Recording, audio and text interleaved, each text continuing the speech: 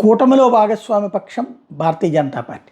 ఆ భారతీయ జనతా పార్టీ కార్యకర్తల్ని చితకబాదారు పోలీసులు. పైగా తీసుకెళ్లి బొక్కలో దోశారు. ఎందుకయ్యా విషయం అంటే ఏదైతే కడపలో ఉన్నటువంటి అల్మాస్పేట అనేటువంటిది అల్మాస్పేటగా ఉంచితే ప్రాబ్లం లేదు.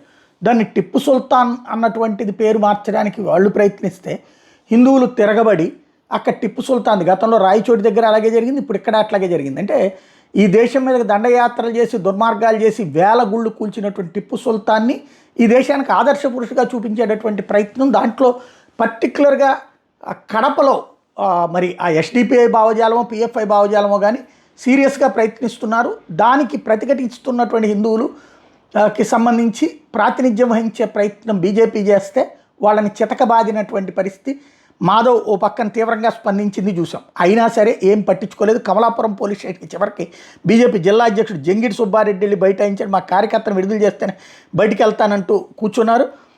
ఇంటికి వెళ్ళాలని పోలీసులు సూచించినా కూడా ఊరుకోలేదు. స్టేషన్లో నిరసన కార్యక్రమాన్ని కొనసాగించారు.